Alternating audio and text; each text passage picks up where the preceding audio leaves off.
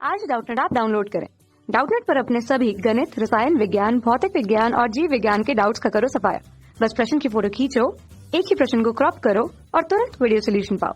अभी डाउनलोड करें। सवाल यह है बच्चों कि जब आयतन प्रसार गुणांक गामा का मान प्राप्त करने के लिए एक प्राप्त में द्रव का प्रसार मापा जाता है, तो वास्तव में जो आभासी प्रसार गुणांक प्राप्त होता है यह पात्र के प्रसार के कारण होता है। ठीक है बच्चों। और फिर इसके बाद में दिया गया है कि चित्र में एक उपकरण दर्शाया गया है जो बिना पात्र के प्रसार गुणांक को ज्ञात किए द्रव का सही प्रसार गुणांक ज्ञात करता है। ठीक है। यह एक यू आकार की नलिका है जो एक लंबा आधार एवं दो ऊर्ध्वाधर स्तंभ रखती है। ये देखिए ध्यान से बच्चों, चित्र में मैं बता देता हूँ। ये रहा कुछ ऐसा। बोला गया है कि पिघली हुई बर्फ एवं T डिग्री सेंटीग्रेड के पानी की सहायता से इसके दोनों स्तंभों को 0 डिग्री सेंटीग्रेड और T डिग्री सेंटीग्रेड पर रखा जाता है। यहाँ पर ये पिघली हुई बर्फ है, यहाँ पर इसकी जो ऊंचाई है ये HT है, ये H0 है बच्चों। ठीक है। यहाँ पर जो है ये अज्ञात जो है द्रव भरा हुआ है गामा का। ठीक है। और यहाँ पर जो है पानी भरा गया है T डिग्री सेंटीग्रेड का। हमें बोला गया है कि अज्ञात गामा के एक द्रव को यू नलिका में भरा जाता है। तो दी गई व्यवस्था जो है स्थायी अवस्था पर एक स्तंभ से अन्य में द्रव का प्रवाह नहीं होता है। तो दोनों स्तंभों में द्रव की ऊंचाइयां जो है वो H0 तथा HT है। ठीक है।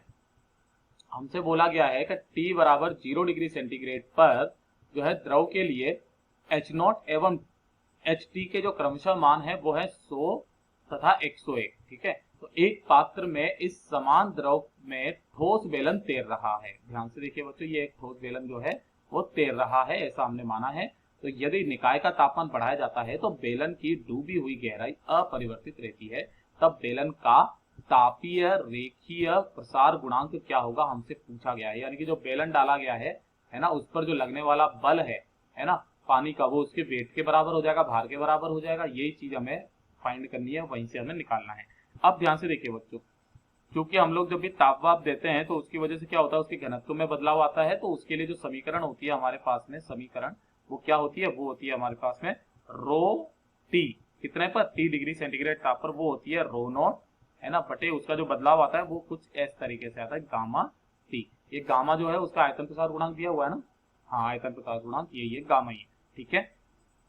और जब हम लोग इक्विलिब्रियम में यानी कि साम्यावस्था की स्थिति में लेते हैं तो साम्यावस्था की स्थिति में क्या हो जाएगा, ध्यान से देखिए बच्चों, साम्यावस्था में ये क्या हो जाएगा, साम्यावस्था में हो जाएगा रो नॉट जी एच नॉट जो हो जाएगा, है ना, इधर की तरफ में ध्यान से देखिए, रो नॉट जी एच नॉट जो हो जाएगा ये हो जाएगा हमारे पास में rho T G H T के बराबर हो जाएगा, है ना।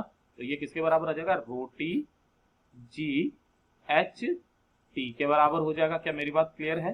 तो ध्यान से देखिए बच्चों, यहीं से अगर मैं यहाँ से किसका मान निकाल लूं, यहां से मैं निकाल लेता हूं एच टी बटे एच नोट।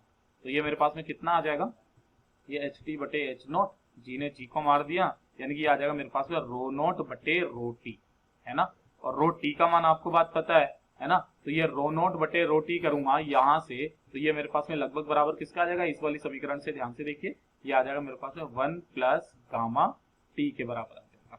ठीक है बच्चों, ये आ गया मेरे पास में। तो गामा का मान क्या आ जाएगा मेरे पास में, यहाँ से गामा का मान निकाल लीजिए। गामा बराबर आ जाएगा H T minus H not बटे, तो निकाल सकते हैं ना गामा का मान, यहाँ से एक को उधर की तरफ में भेजेंगे तो H T minus H T upon H not minus 1, तो H T minus H not upon H not, है ना। और ये टी भी जो है वो नीचे की तरफ में आ जाएगा, यानी कि एच नॉट टी आ जाएगा। ठीक है।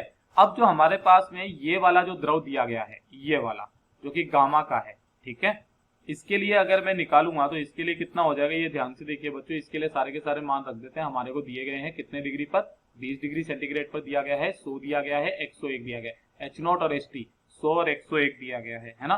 तो ये इसका मान रखेंगे हम लोग इसके अंदर, तो मेरे पास में ये कितना आ जाएगा, तो ध्यान से देखिए गामा बराबर जो आ जाएगा, ये आ जाएगा मेरे पास में, ये आ जाएगा 101 माइनस 100 बटे 100 इंटू टी। टी कितना है, 20 डिग्री। तो इस वाले में सूत्र में मान रख दिया, तो ये मेरे पास में कितना आ जाएगा, ये आ जाएगा मेरे पास में 1 बटा ये कितना आ जाएगा 2000, है ना।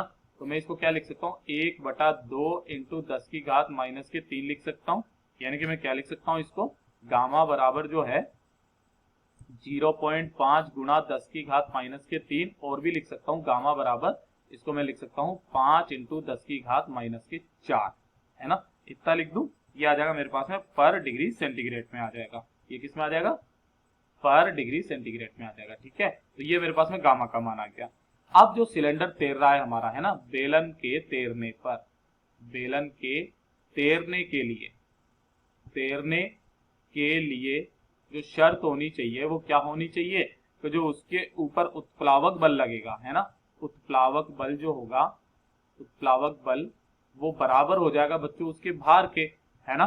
तो ध्यान से देखिए बच्चों, उत्प्लावक बल कितना हो जाएगा, उत्प्लावक बल हो जाएगा हमारे पास में रो इंटू ए इंटू जी इंटू एच, ये तो हो गया हमारे पास में। ठीक है, यही बराबर किसके हो जाएगा, उसके भार के हो जाएगा, और यही बराबर क्या आ जाएगा बच्चों, नियत होगा, है ना, होगा कि नहीं होगा, तो ये इसके बराबर आ गया मेरे पास में। तो ध्यान से देखो बच्चों, यहाँ से अगर मैं देखूं तो रो इंटू ए जो है ना, वो बराबर क्या आ रहा है बच्चा, नियत आ रहा है, वो भी क्या आ रहा है, नियत आ रहा है। अगर वो नियत आ रहा है, इसका मतलब क्या है बच्चों, कि जो हमारे पास में बीटा होता है ना, किसके लिए, बेलन के लिए, है ना, वो बराबर हो जाएगा हमारे पास में गामा, गामा किसके लिए बच्चों, द्रव के लिए। ठीक है, तो यहाँ से हम लोग देख सकते हैं ना, बीटा गामा दोनों के दोनों आपको दिए गए हैं ना, रेखीय तापीय प्रसार गुणांक, रेखीय प्रसार गुणांक, वो आयतन प्रसार गुणांक। ठीक है, तो यहाँ से मेरे पास में कितना आ जाएगा, अगर मैं इसके लिए अल्फा निकालूंगा, है ना, ये तापीय प्रसार गुणांक, तो अल्फा किसके लिए बच्चों, बेलन के लिए। तो इन तीनों के बीच में एक संबंध होता है, उस संबंध से हम लोग निकाल सकते हैं, वो क्या होता है हमारे पास में, वो होता है गामा जो होता है द्रव का, उसके बटे में 2 आ जाएगा, है ना, क्योंकि यही तो अल्फा बीटा गामा में यही तो संबंध होता है, अल्फा बीटा गामा के संबंध से आप निकाल सकते हो।